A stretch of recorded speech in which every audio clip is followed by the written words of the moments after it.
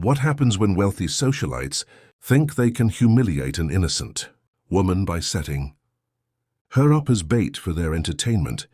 What they didn't expect was for their billionaire target to see through their cruel game and fall deeply in love with the very person they meant to mock. Tonight's story will leave you questioning everything you think you know about love, class, and the power of genuine connection. Prepare for shocking twists, heartbreaking moments, and an ending that will restore your faith in humanity. Pause for dramatic effect. Before we dive into this incredible tale, I want to connect with all of you amazing viewers. Please take a moment to comment below and let me know which city you're watching from. I love seeing our global community come together for these stories. Are you joining us from New York, London, Tokyo, São Paulo, or somewhere else entirely?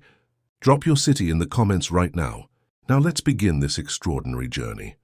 The crystal chandelier cast dancing shadows across the marble floor of the Whitmore estate as three women huddled together in the sitting room, their perfectly manicured nails wrapped around champagne flutes. Their laughter had a sharp edge to it, the kind that cuts rather than celebrates. "This is absolutely brilliant," Vivian purred Charlotte Pemberton, her diamond earrings catching the light as she tossed her platinum blonde hair. "Alexander Hartwell thinks he's meeting your cousin from Europe. He has no idea we're setting him up with the help." Vivian Whitmore, the ringleader of this cruel ensemble, smiled with the coldness of winter frost. "The mighty Alexander Hartwell, thinking he can reject me for some authentic connection nonsense. We'll show him what authentic looks like when he's sitting across from our little Cinderella." The third conspirator, Isabella Cross, nearly choked on her champagne from giggling. "Poor Elena doesn't even know what's coming. She actually thinks we're being kind by giving her the evening off and lending her one of your dresses." Elena Martinez had been working as a housekeeper for the Whitmore family for 2 years.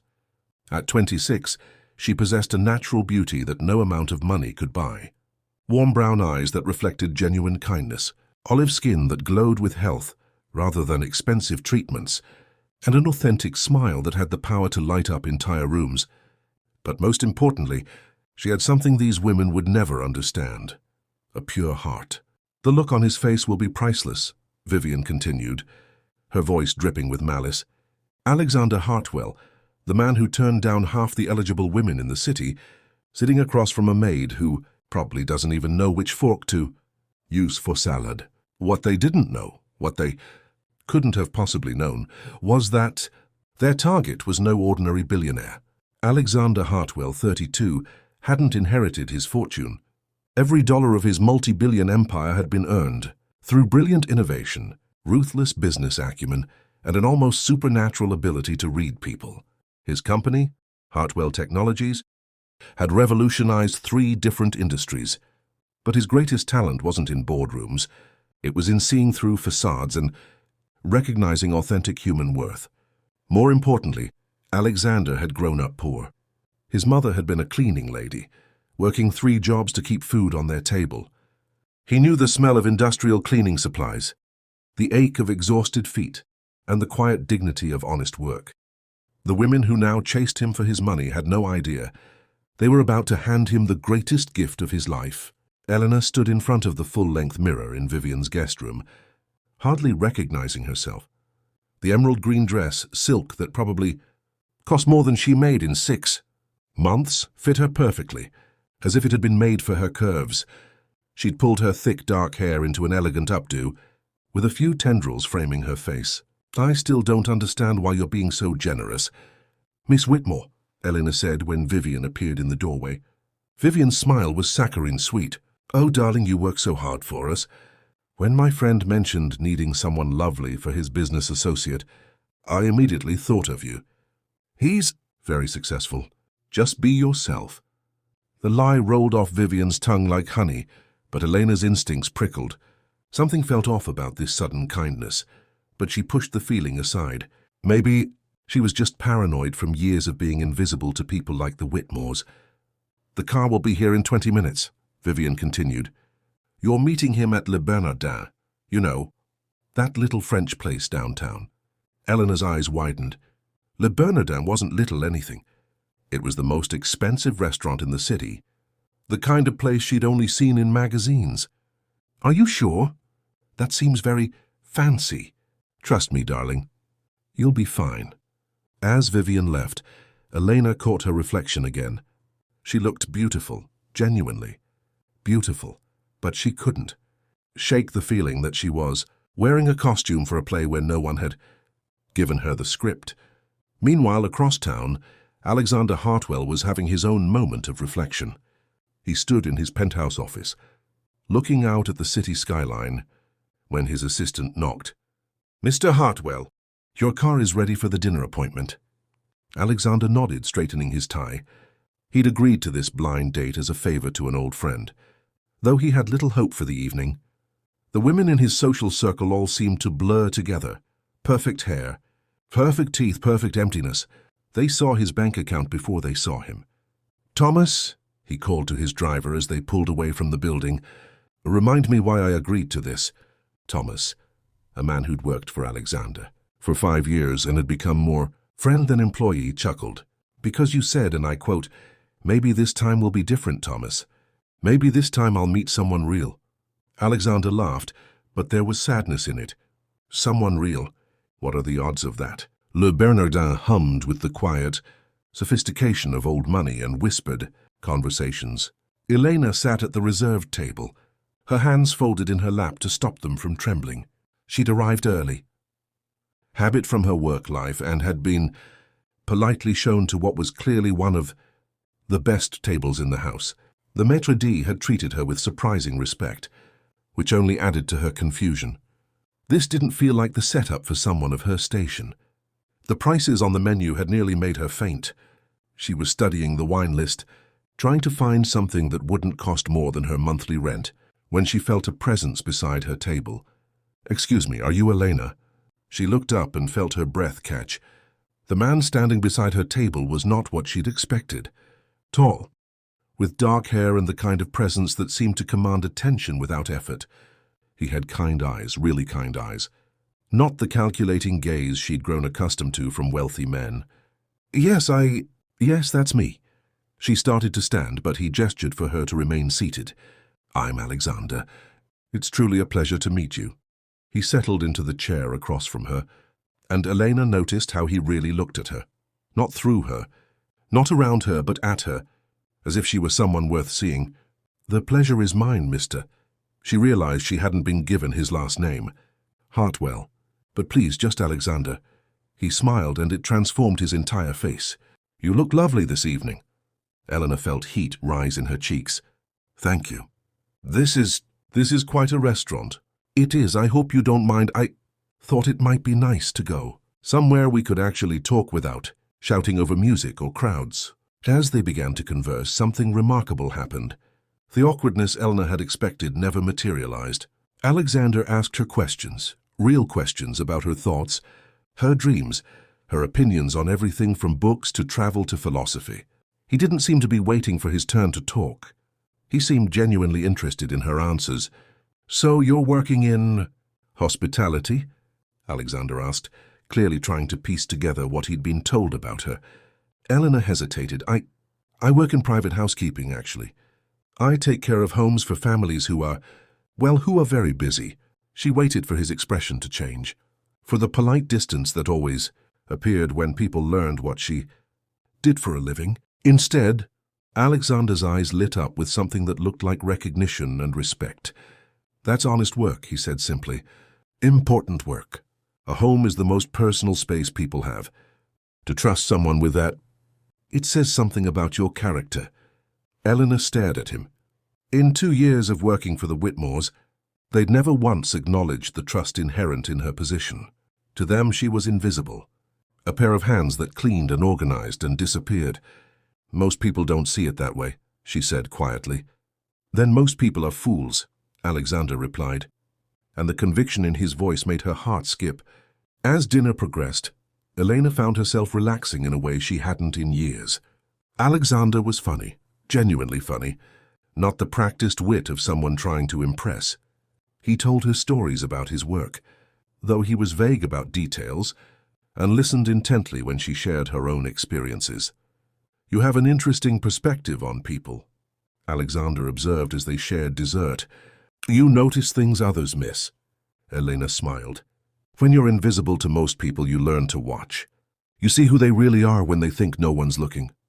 "And what do you see when you look at me?" The question caught her off guard. She studied his face, really studied it, and saw something that surprised her. "Loneliness," she said softly.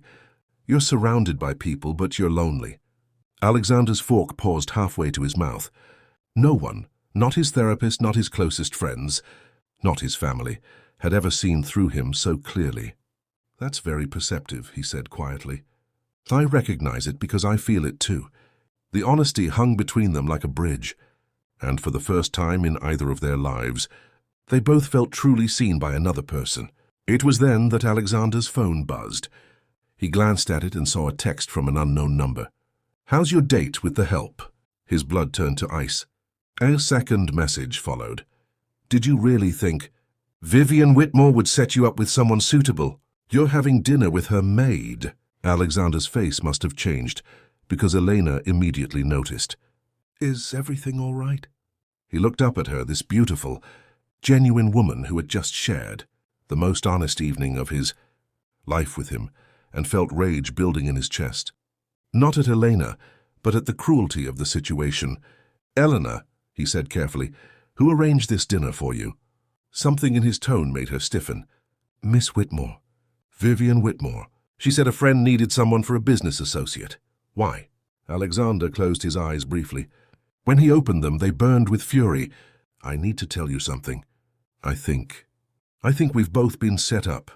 Eleanor's face went pale as Alexander explained what he'd just learned. She sat in stunned silence as the pieces fell into place. Vivian's sudden generosity, the expensive dress, the knowing smiles of the other women.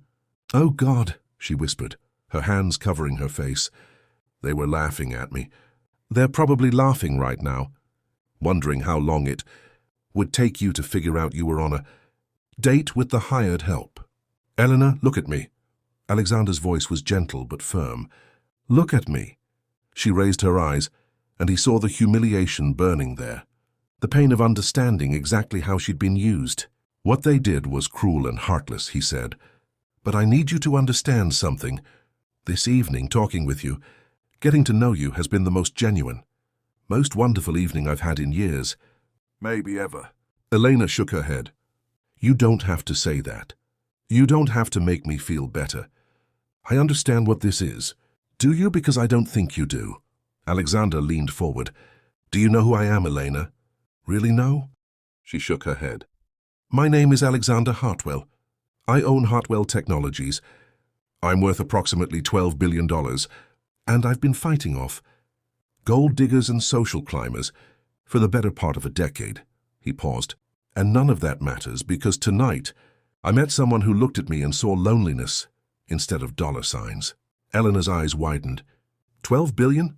My mother cleaned offices to put food on our table when I was growing up." Alexander continued. "She worked her fingers to the bone, came home exhausted every night, and never once complained. She taught me that a person's worth has nothing to do with their job title and everything, to do with their character. I don't understand. If you're who you say you are, why aren't you angry? Why aren't you embarrassed?" Alexander reached across the table and took her hands. "Because they didn't humiliate me, Elena. They gave me a gift. They introduced me to you." As they left the restaurant, Eleanor felt as though she was walking in a dream. Alexander, billionaire Alexander Hartwell, had insisted on walking her to her car, had asked for her phone number, had told her he wanted to see her again. "There's something I want to do," he said, as they stood beside her modest sedan. "Something I need to do." "What do you mean?" Alexander's smile was dangerous. "Those women think they're very clever. They think they've played the perfect joke, but they have no idea what they've actually done." He explained his plan, and Elena's eyes grew wider with each detail. "You want to... what?" "But Alexander, they'll be furious when they find out who you really are. Let them be furious. What they did to you, using you as a pawn in their game, trying to humiliate both of us, It's unforgivable. But more than that, Elena, I want to show you something. Show me what? I want to show you how you deserve to be treated. I want you to see yourself through my eyes, not theirs. Elena felt tears pricking her eyes. But what if this is just... What if you're just feeling sorry for me? Alexander stepped closer, and Elena caught her breath at the intensity in his gaze.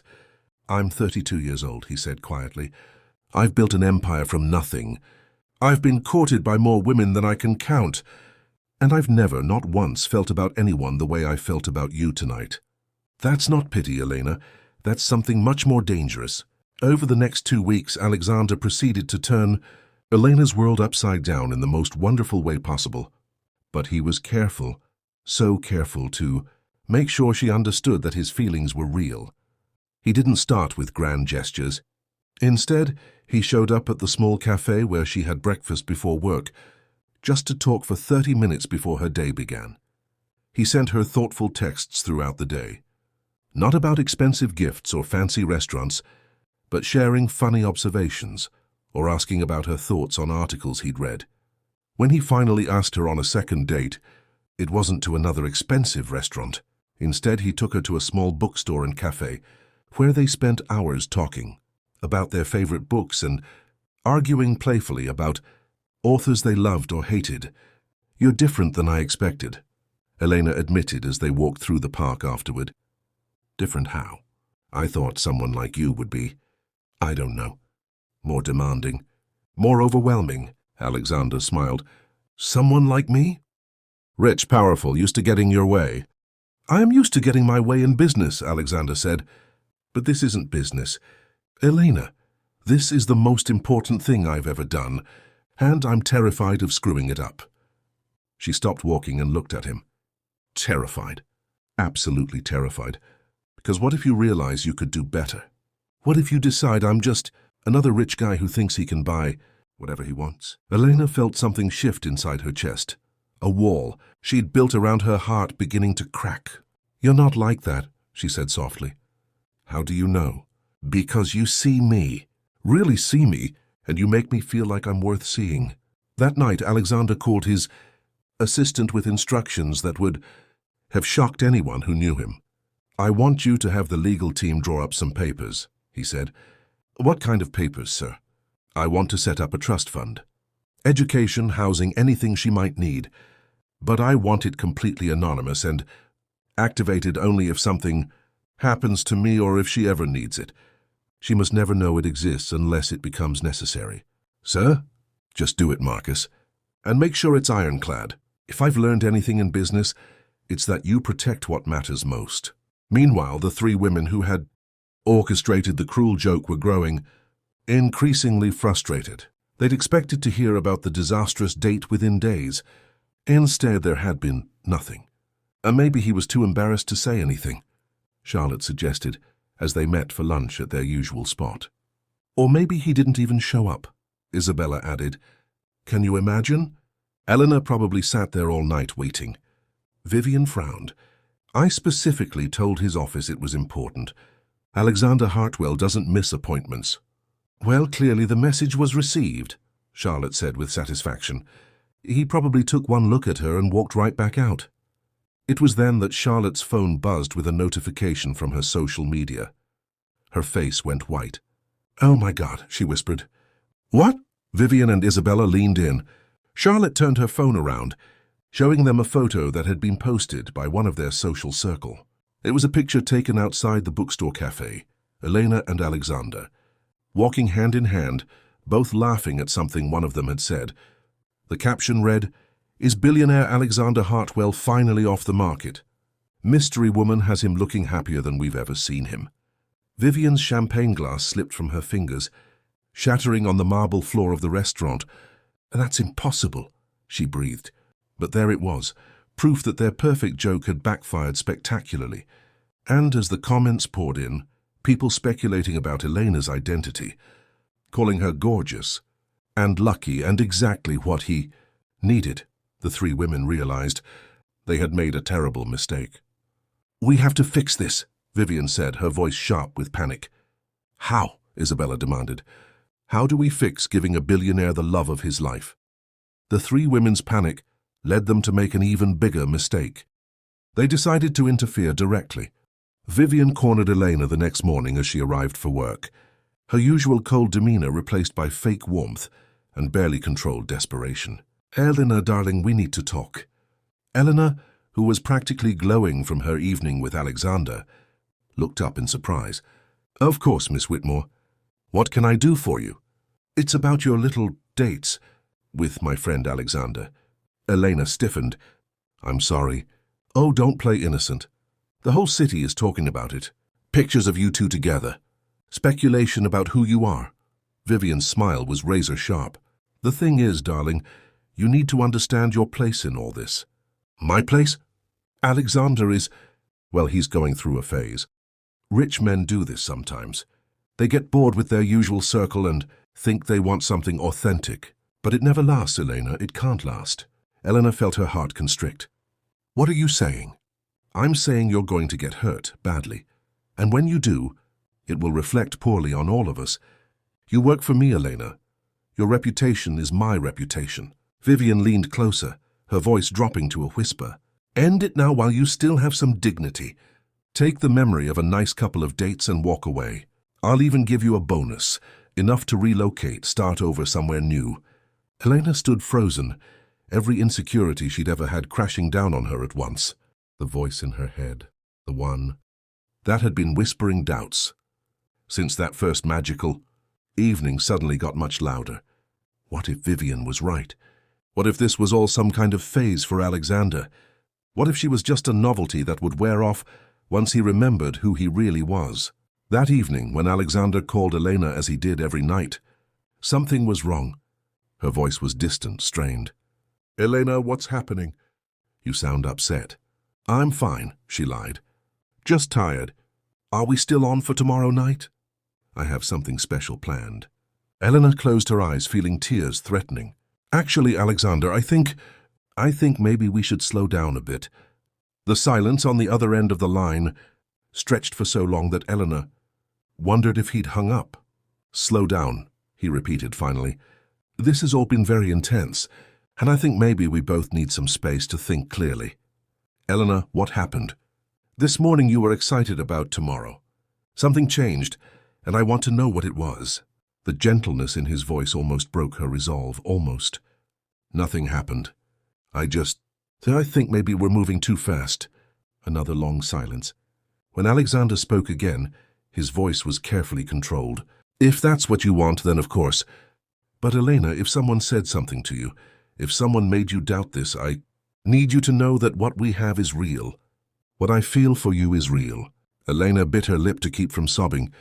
"I have to go." She hung up before he could respond, then turned off her phone and cried herself to sleep. Alexander, meanwhile, sat in his penthouse office, staring at his phone and feeling a cold rage building in his chest. Elena's sudden change didn't make sense, unless someone had gotten to her, and he had a very good idea who that someone might be. Alexander didn't build a billion-dollar empire by accepting defeat easily. If someone was trying to sabotage his relationship with Elena, he was going to find out who and why. It took his private investigator less than 24 hours to piece together the truth. The report landed on Alexander's desk like a bomb. The Pemberton, Cross and Whitmore families have significant financial ties to your business interests, his investigator reported. More importantly, it appears the initial introduction between you and Miss Martinez was orchestrated as what they believed would be a humiliating, practical joke. Alexander read through the details, the overheard conversations, the social media posts from that first night, the way they'd laughed about their perfect prank. But the final piece of the report made his blood boil. His investigator had managed to record Vivian's conversation with Elena that morning. As he listened to the audio, Vivian's manipulative words, Elena's growing distress, the way her employer had used Elena's insecurities against her, Alexander felt something he rarely experienced, pure incandescent fury. These women had not only tried to humiliate him, they had deliberately hurt the woman he was falling in love with. They had used her genuine feelings, her honest heart, as weapons against both of them. It was time to end this, but not in a way they would expect. Alexander spent the next day making very specific arrangements. He called in favors from business associates, spoke with certain members of the media, and had his legal team prepare some very interesting documents. Then he called Elena. "Please don't hang up," he said when she answered. "I just need 5 minutes." "Alexander, I told you. I know what Vivian said to you." Elena went silent. "I know about the recording." "Helena, I know about their joke. I know all of it." He heard her sharp intake of breath. "There's something I need to show you. Something you need to see. Will you meet me? Just once more?" "I don't think—" "Elena, do you remember what you said to me that first night? About recognizing loneliness?" "Yes," she whispered. "Right now I'm not just lonely. I'm lost. Because for the first time in my life, I found someone who made me feel complete. And now she's gone. Please, give me a chance to show you the truth." Elena was quiet for a long moment. "Where?" "The Whitmore estate. Tomorrow night, 7 o'clock. The Whitmore estate." "Alexander, I can't—" "Trust me," he said quietly. "Just one more time. Trust me." Elena arrived at the Whitmore estate the next evening in a state of nervous confusion. Alexander's car was already there, along with several others she didn't recognize. Through the windows, she could see that the main salon was lit up and filled with people. She let herself in through the service entrance, as she always did, but Alexander was waiting for her in the kitchen. "You came," he said, and the relief in his voice was evident. "I don't understand what's happening," Elena said. "There are people here. Important people. From the look of the cars." "Yes, there are. Elena, before we go in there, I need you to know something." He reached into his jacket and pulled out a small velvet box. Elena's heart stopped. "Alexander, what are you doing?" "Something I should have done the moment I realized I was in love with you." He dropped to one knee right there in the kitchen, among the stainless steel appliances and industrial lighting where Elena had spent countless hours working. "Elena Martinez, you are the most genuine, most beautiful, most extraordinary woman I have ever met. You see me, the real me, not my bank account, not my reputation, just me. You make me want to be better, to deserve you, to build a life that's worthy of your heart." Elena was trembling, tears streaming down her face. "Alexander, please get up." "You can't, this isn't—" "I can, and it is. Elena, will you marry me?" The kitchen door swung open, and Vivian Whitmore walked in, clearly intending to grab something from the kitchen for her guests. She stopped dead at the sight before her. Elena saw her employer's face go white with shock, saw the exact moment when Vivian realized who Alexander really was and what was happening. "Miss Martinez," Alexander said without taking his eyes off Elena's face, "would you like to give Mrs. Whitmore your answer in front of her guests?" What happened next would be talked about in social circles for decades. Alexander led Elena by the hand into the main salon, where 30 of the city's most influential people had gathered. Business leaders, socialites, members of the media, and several people with cameras. Vivian, Charlotte, and Isabella stood frozen as Alexander walked to the center of the room with Elena beside him. "Ladies and gentlemen," Alexander said, his voice carrying easily through the sudden silence, "I want to share some wonderful news with all of you." The room held its breath. 2 weeks ago, some mutual acquaintances arranged a blind date for me. They thought it would be amusing to set me up with someone they considered beneath my social station. His voice was pleasant, conversational, but there was steel underneath it. Vivian looked like she might faint. "What they didn't realize," Alexander continued, "is that they were introducing me to the most remarkable woman I've ever met. Elena Martinez is intelligent, kind, genuine, and beautiful, inside and out. She has more class in her little finger than some people have in their entire bodies." He turned to Elena, who stood beside him in the same uniform she wore for work, and smiled with such tenderness that several people in the room audibly sighed. "Elena just agreed to marry me." The room erupted. Cameras flashed, people gasped, and someone started clapping. But Alexander wasn't finished. "I want to thank our hosts," he said, looking directly at Vivian, "for their matchmaking services. Without their creative approach to introductions, I might never have found the love of my life." Vivian's face was now the color of ash. "In fact," Alexander continued, I'm so grateful that I've decided to show my appreciation in a tangible way. Alexander nodded to a man in a suit who stepped forward with a legal document. The Whitmore family has significant business investments tied to my company, Alexander announced to the room. Construction contracts, real estate developments, supply chain partnerships, quite a substantial portfolio. Vivian's eyes widened in horror as she began to understand. As of this morning, all of those contracts have been terminated. Gasps echoed through the room. The financial implications were staggering. The Whitmores would lose millions. Additionally, Alexander continued, I've had my legal team look into some interesting patterns in the billing for those contracts. It seems there may have been some irregularities that warrant investigation by the appropriate authorities. Charlotte and Isabella had gone white as sheets. Isabella was actually swaying on her feet. But I'm not a vindictive man, Alexander said, his tone becoming almost conversational. So I'm prepared to make a deal. The room was so quiet you could hear a pin drop. Mrs. Whitmore, you have 30 seconds to offer Elena a formal apology for your treatment of her, both as your employee and as a human being worthy of respect. If your apology is sincere and public, I might consider reviewing some of those contract cancellations. Vivian stood frozen for a moment, her mind clearly calculating the financial ruin she was facing versus her pride. The calculations didn't take long. She walked over to Elena, every step looking like it physically pained her. Eleanor, she said, her voice shaking, I owe you a tremendous apology. The way I've treated you, the things I said, they were inexcusable. You are a valued person who deserves respect and kindness, and I failed to show you either. I'm sorry. Elena looked at the woman who had made her feel small for 2 years, who had tried to use her as a pawn in a cruel game, who had attempted to destroy her happiness just that morning. I accept your apology, Mrs. Whitmore, Elena said quietly, and I quit. 3 months later, Elena stood in front of another mirror, but this time everything was different.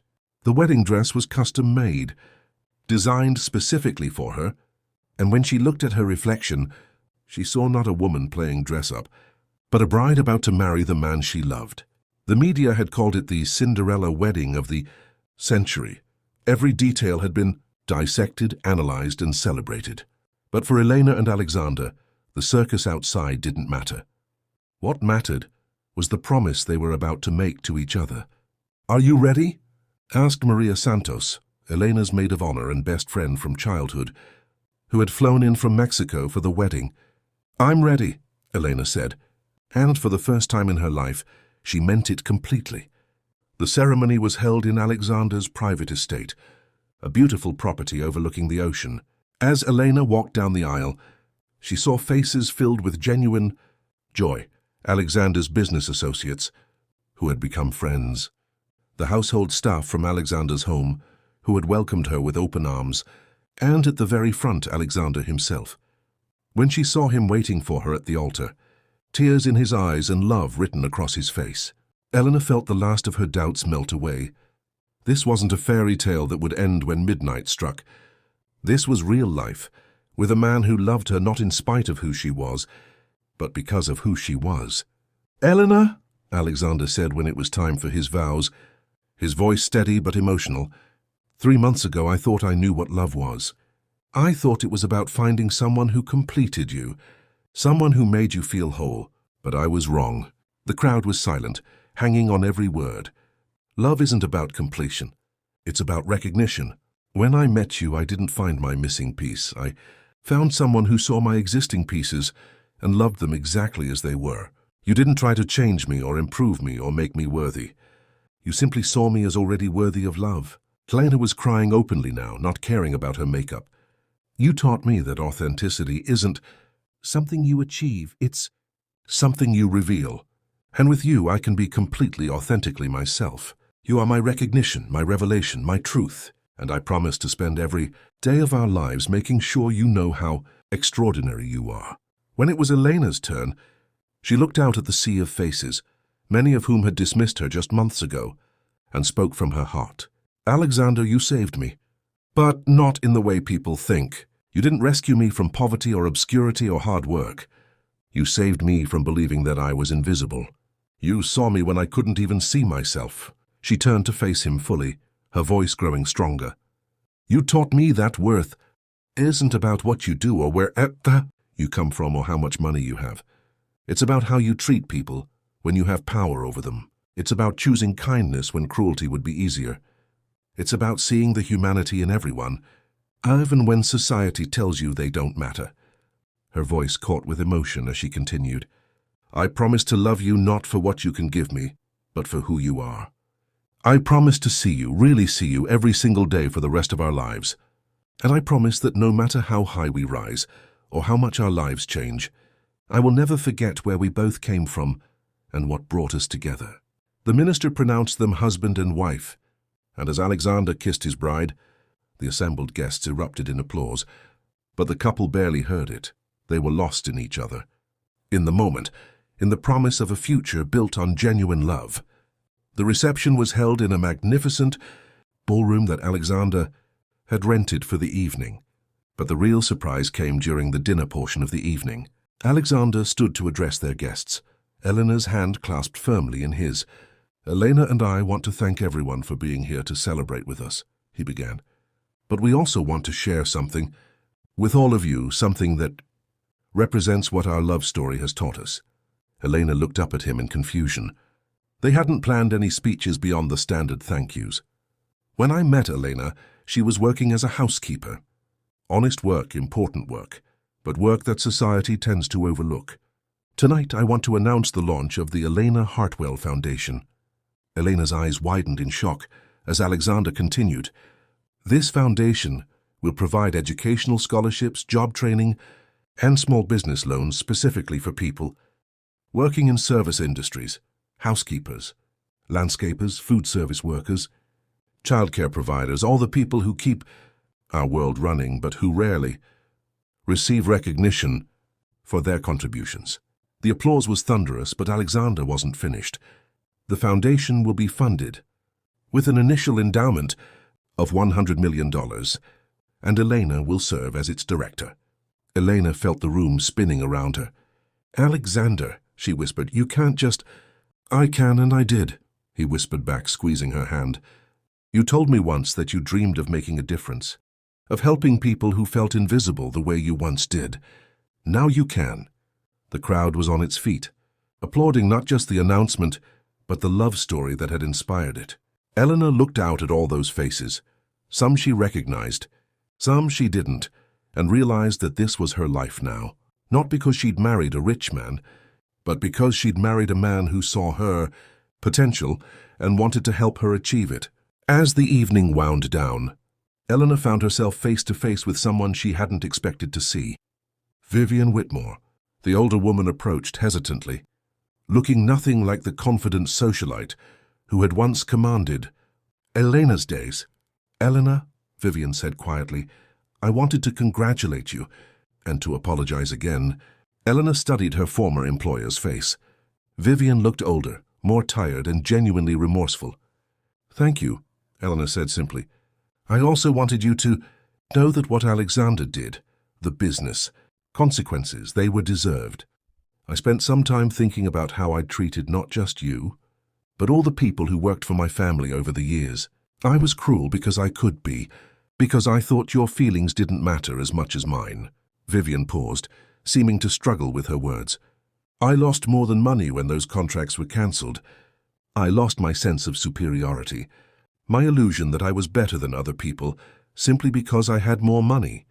It was a hard lesson, but a necessary one. Elena felt something unexpected, compassion for the woman who had made her life difficult for so long. Everyone deserves a chance to learn and grow, Elena said. I hope you find happiness, Mrs. Whitmore, real happiness. Vivian's eyes filled with tears. Thank you. That's more kindness than I deserve. As Vivian walked away, Alexander appeared at Elena's side. That was gracious of you, he said, wrapping his arms around her from behind. She's not evil, Eleanor replied, leaning back against his chest. She was just lost like I was in a different way. Like we all are sometimes, Alexander agreed. That's why we need people like you in the world, people who see the humanity in everyone, even when they don't deserve it. Elena sat in her new office, The directors, Office of the Elena Hartwell Foundation, reviewing applications for their latest round of scholarships. In 6 months, they had already helped over 200 people pursue education or start small businesses. Her assistant knocked on the door. "Mrs. Hartwell, there's someone here to see you. She doesn't have an appointment, but she says it's important." Eleanor looked up to see a young woman about her age, dressed in a housekeeping uniform similar to the one Elena used to wear. "My name is Carmen Rodriguez," the woman said nervously. "I heard about your foundation, about what you're doing for people like us." Elena smiled and gestured for Carmen to sit down. "What can I help you with?" "I've been cleaning offices for 5 years," Carmen said. "But I have a dream. I want to open a catering business. I'm a really good cook, and I have some money saved, but not enough to get started properly." Eleanor listened as Carmen explained her business plan, her passion evident in every word. By the end of the meeting, Elena had not only approved Carmen for a small business loan, but had also connected her with a lawyer who would help her navigate the legal requirements pro bono. As Carmen left, tears of gratitude in her eyes, Eleanor felt the same satisfaction she'd once found in making a house spotless and welcoming. She was still taking care of people, just on a much larger scale.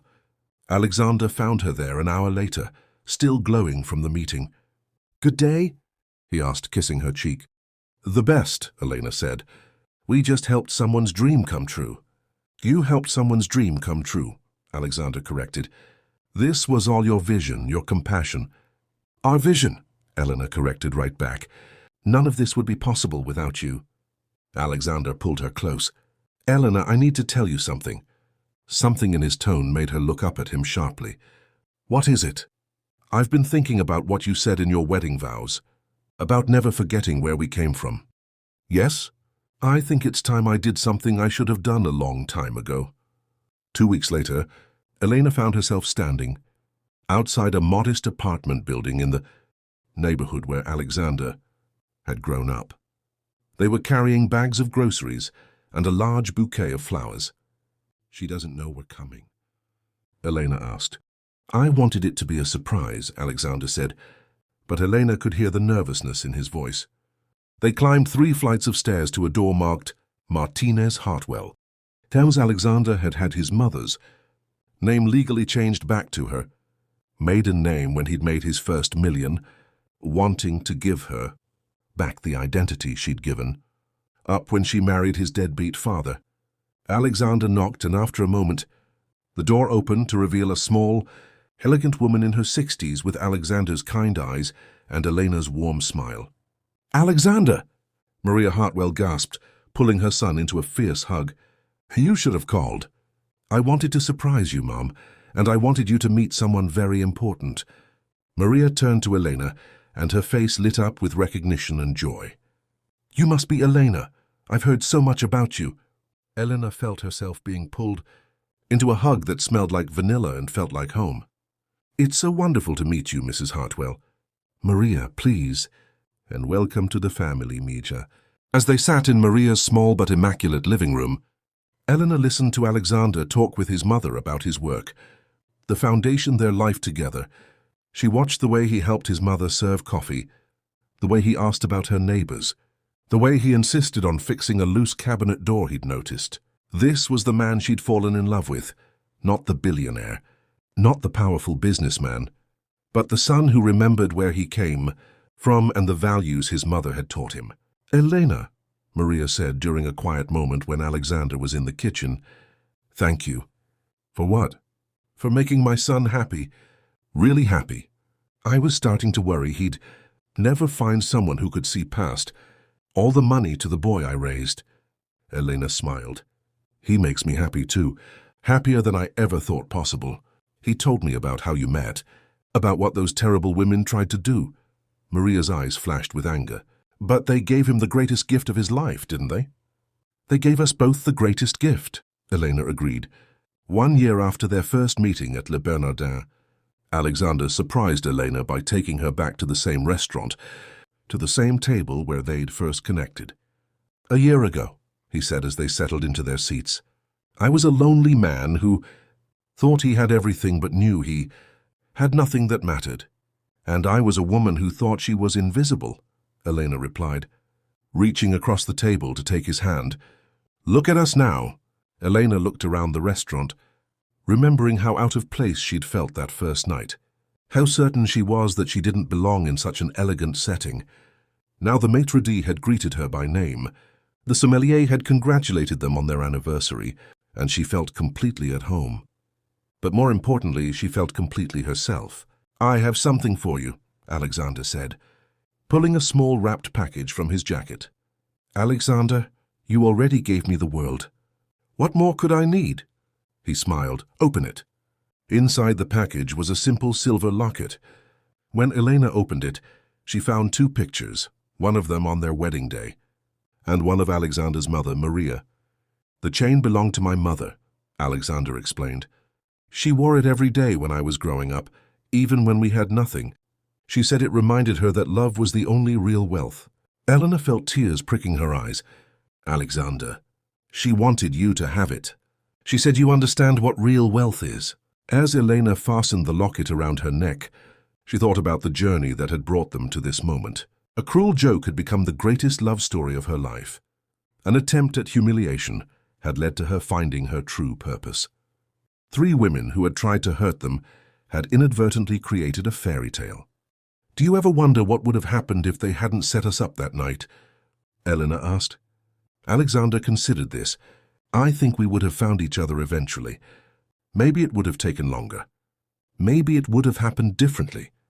But I believe some people are meant to find each other. Fate. Recognition, Alexander said, echoing his wedding vows.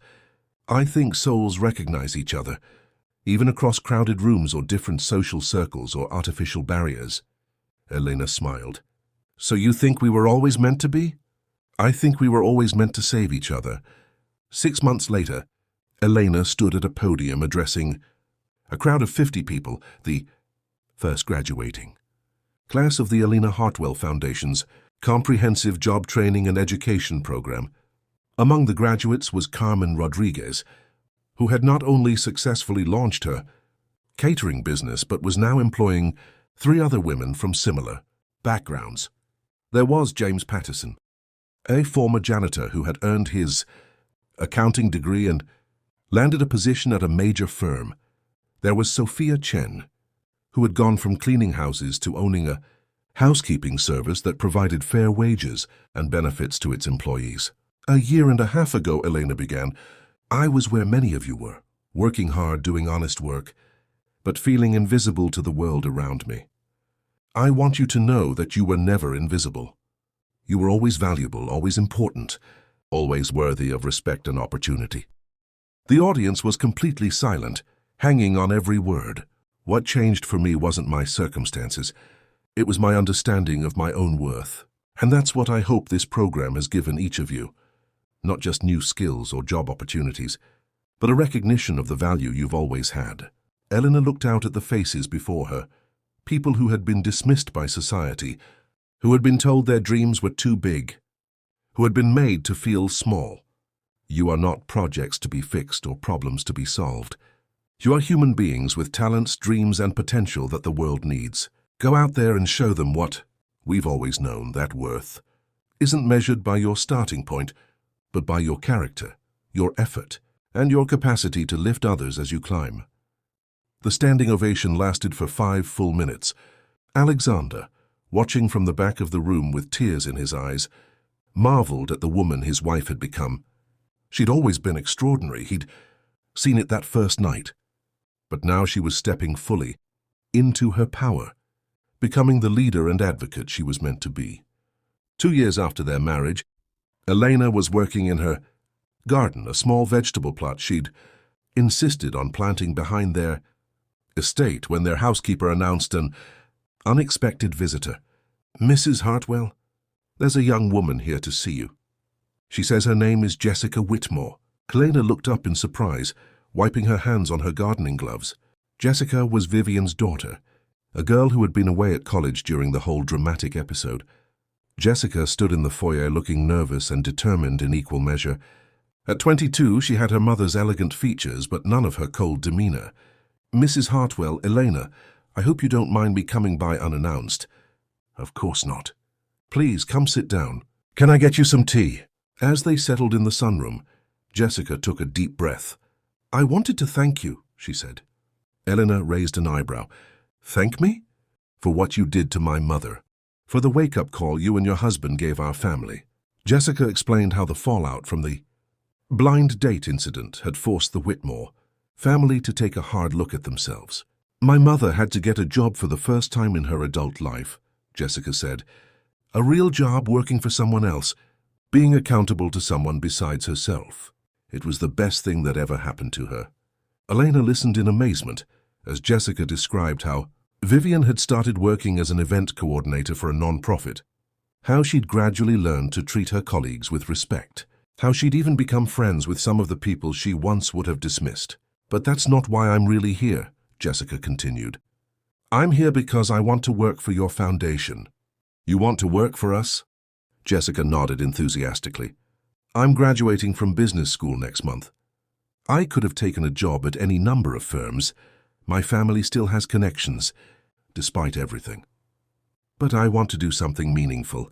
I want to be part of what you're building."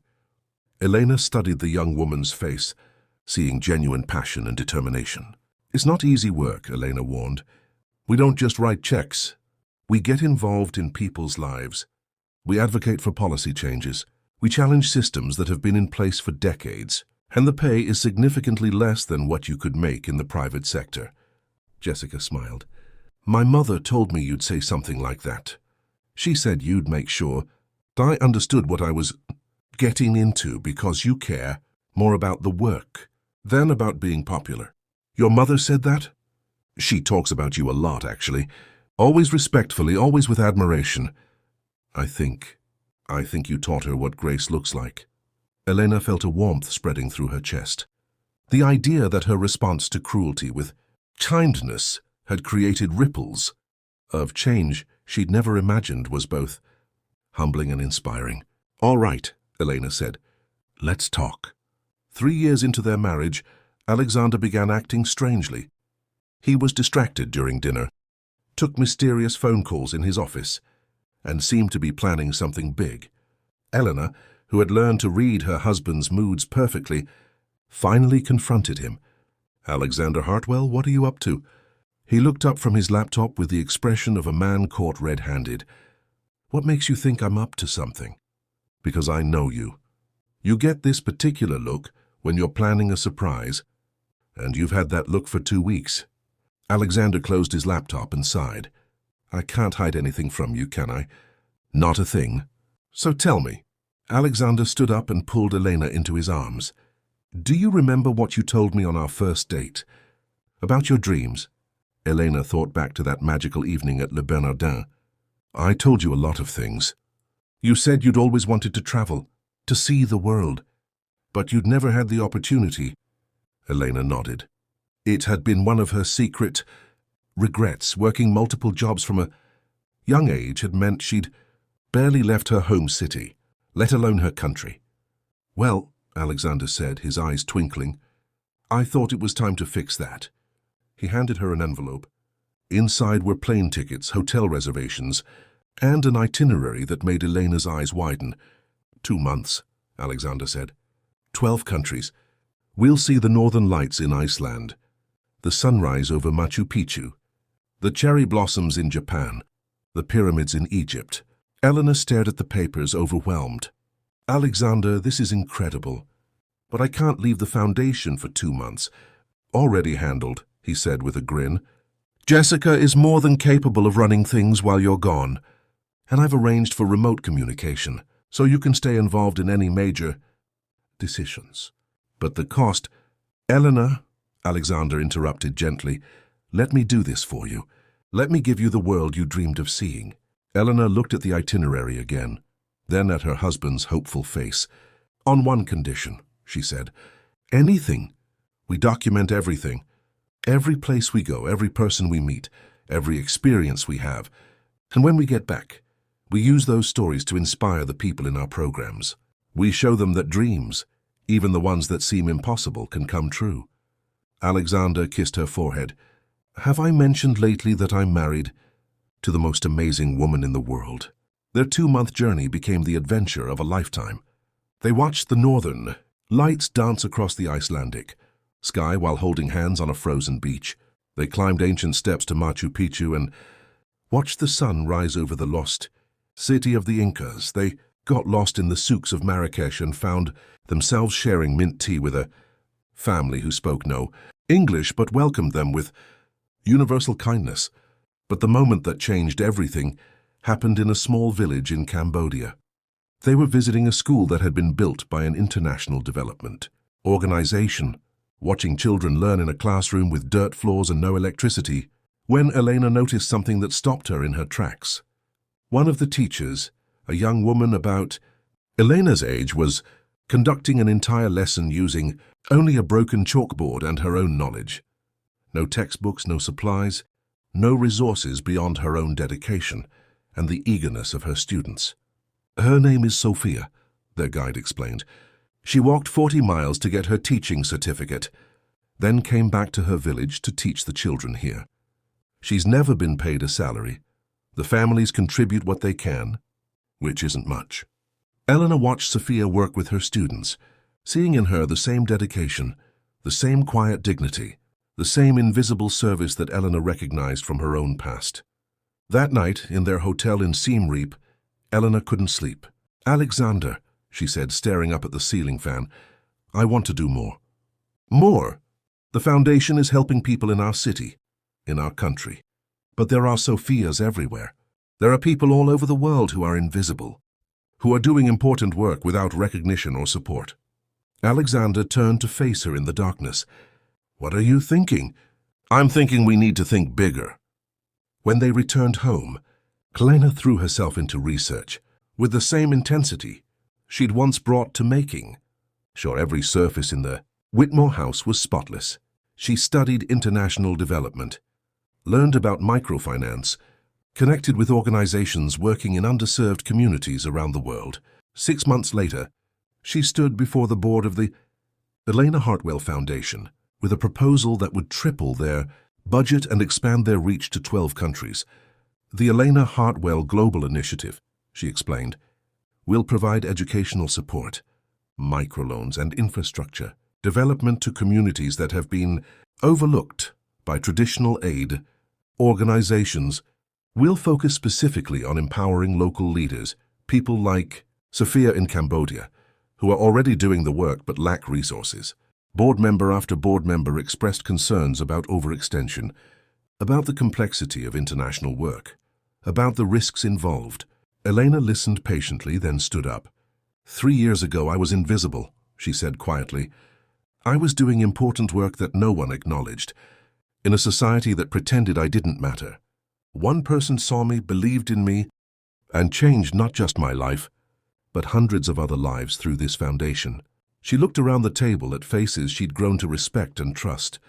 Imagine what we could do if we saw 1,000 Elenas, if we believed in 1,000 people who just need someone to recognize their worth and give them the tools to change their communities. The room was silent for a long moment. Alexander, who had been quiet during the entire presentation, finally spoke. The foundation will provide whatever funding is necessary, he said simply. Elena's vision has never been wrong before. I don't expect it to be wrong now. The vote was unanimous. Elena stood at the podium of the United Nations building in New York, addressing an assembly on global poverty reduction. The girl who had once been invisible was now being recognized as one of the world's leading advocates for economic empowerment. 5 years ago, she began, I learned something that changed my life. We are not defined by our circumstances, but by how we respond to them. Not by where we start, but by who we choose to become. The audience, world leaders, aid organization directors, policymakers, listened intently as Elena shared the story of the Elena Hartwell Global Initiative's work in 43 countries. We have provided educational opportunities to over 10,000 people. We have funded 3,000 small businesses. We have built infrastructure in communities that had been forgotten by the world.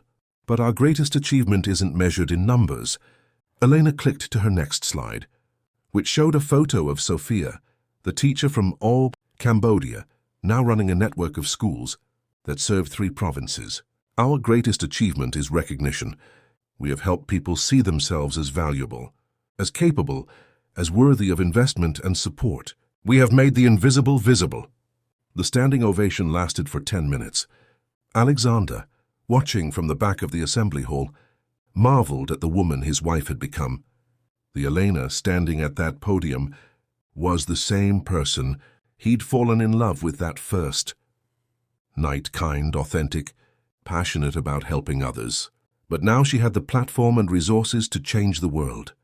After the speech, as they walked through Central Park in the autumn evening, Elena reflected on their journey.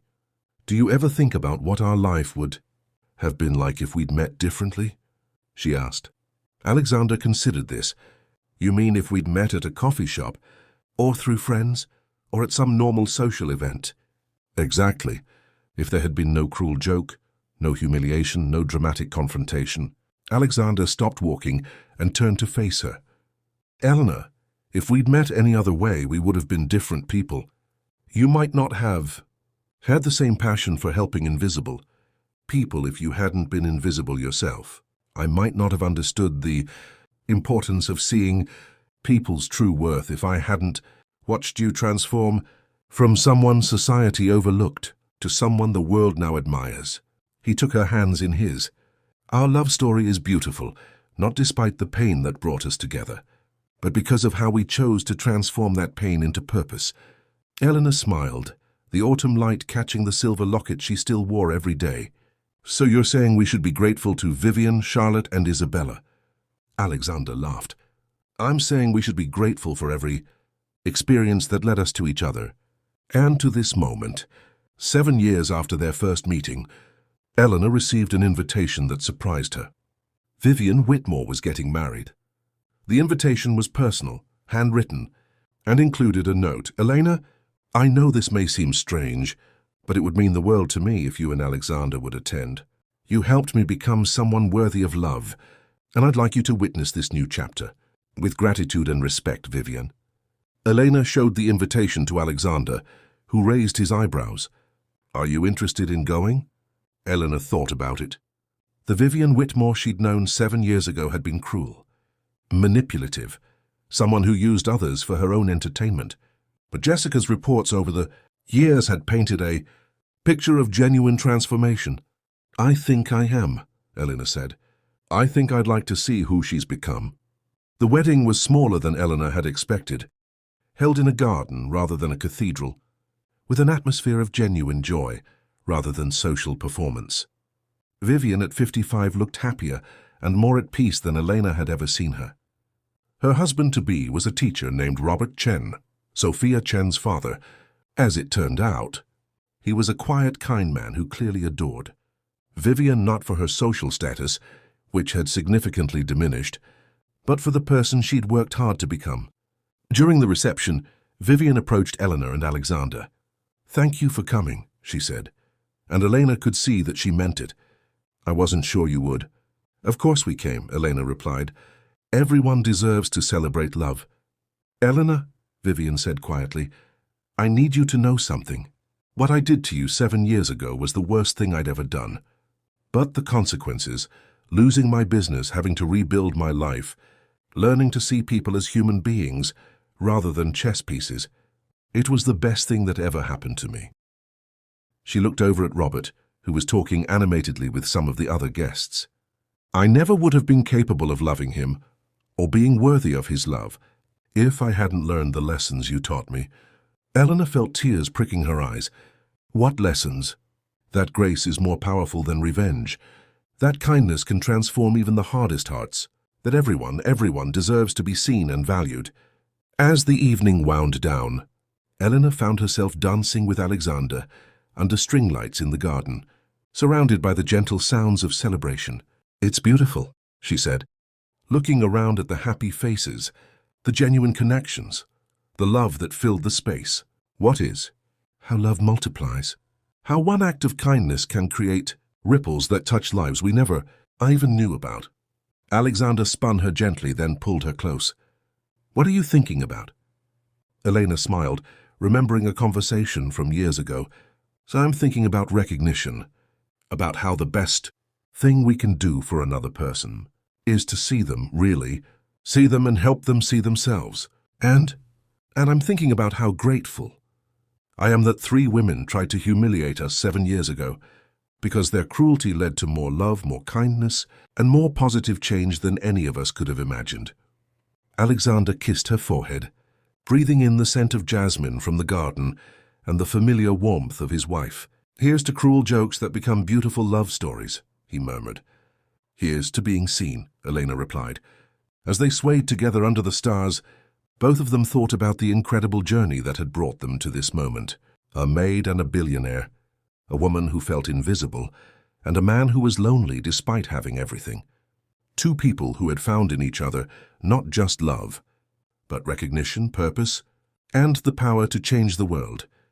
The story that had begun with a cruel prank had become something neither of them could have imagined, a testament to the transformative power of seeing and being seen, of choosing love over revenge, and of recognizing that every person, no matter their station in life, has immeasurable worth, and in a garden filled with the laughter of people whose lives had been touched by their love story, Helena Martinez Hartwell and Alexander Hartwell danced into their forever, knowing that the best chapters of their story were still being written. 10 years after that fateful blind date, Elena stood in the same kitchen where Alexander had first proposed to her, now transformed into the main preparation area for Elena's kitchen, a culinary training program that was part of their Foundation's expanded services. She was teaching a class of 12 students, former housekeepers, landscapers, and maintenance workers, how to prepare restaurant-quality meals, giving them skills that could lead to careers in the growing culinary industry. Cooking is about more than following recipes, Eleanor explained as she demonstrated knife techniques. It's about creativity, precision, care, qualities you already have. You've been taking care of things and people your whole lives. Now we're just giving you new tools and new opportunities. Among her students was Maria Santos, her childhood friend from Mexico, who had moved to the city to be closer to Elena and was now training to become a head chef. Chef Elena, Maria called out, using the title that still made Elena smile. What's the most important ingredient in any dish? Elena grinned. Love, always love. When you cook with love, love for the ingredients, love for the process, love for the people you're feeding, everything tastes better. After class, Helena walked through the expanded campus of the Elena Hartwell Global Initiative. What had started as a small foundation in one city now operated programs in 73 countries and had directly impacted over 100,000 lives. She passed the business incubator, where Carmen Rodriguez was mentoring new entrepreneurs. She waved to Jessica Whitmore, now the organization's Director of International Development, who was video conferencing with project managers in 6 different time zones. In the childcare center they'd added 3 years ago, she saw Alexander reading to a group of children whose parents were attending classes.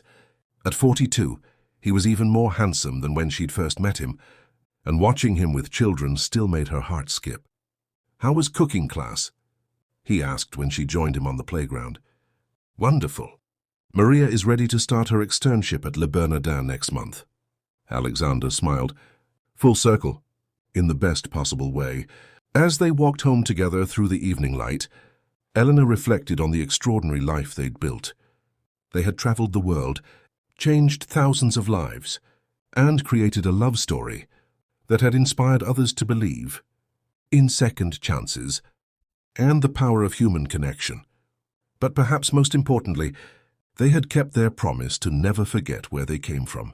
Alexander still visited his mother every week, and Elena still remembered what it felt like to be invisible. That memory informed every decision they made, every program they funded, every person they chose to see and support. Regrets? Alexander asked, a question he posed from time to time, though he already knew the answer. Only one, Elena replied as she always did. What's that? I regret that I spent so many years believing I was invisible. But then again, if I hadn't, I might not appreciate being seen by you as much as I do. Alexander stopped walking and pulled her into his arms. Right there on the sidewalk, not caring who saw them, Elena grinned. Love, always love. When you cook with love, love for the ingredients, love for the process, love for the people you're feeding, everything tastes better. After class, Helena walked through the expanded campus of the Elena Hartwell Global Initiative. What had started as a small foundation in one city now operated programs in 73 countries and had directly impacted over 100,000 lives. She passed the business incubator, where Carmen Rodriguez was mentoring new entrepreneurs. She waved to Jessica Whitmore, now the organization's Director of International Development, who was video conferencing with project managers in 6 different time zones. In the childcare center they'd added 3 years ago, she saw Alexander reading to a group of children whose parents were attending classes. At 42, he was even more handsome than when she'd first met him, and watching him with children still made her heart skip. How was cooking class? He asked when she joined him on the playground. Wonderful. Maria is ready to start her externship at Le Bernardin next month. Alexander smiled. Full circle, in the best possible way. As they walked home together through the evening light, Eleanor reflected on the extraordinary life they'd built. They had traveled the world, changed thousands of lives, and created a love story that had inspired others to believe in second chances and the power of human connection. But perhaps most importantly, they had kept their promise to never forget where they came from. Alexander still visited his mother every week, and Elena still remembered what it felt like to be invisible. That memory informed every decision they made, every program they funded, every person they chose to see and support. Regrets? Alexander asked, a question he posed from time to time, though he already knew the answer. Only one, Elena replied as she always did. What's that? I regret that I spent so many years believing I was invisible. But then again, if I hadn't, I might not appreciate being seen by you as much as I do. Alexander stopped walking and pulled her into his arms. Right there on the sidewalk, not caring who saw them,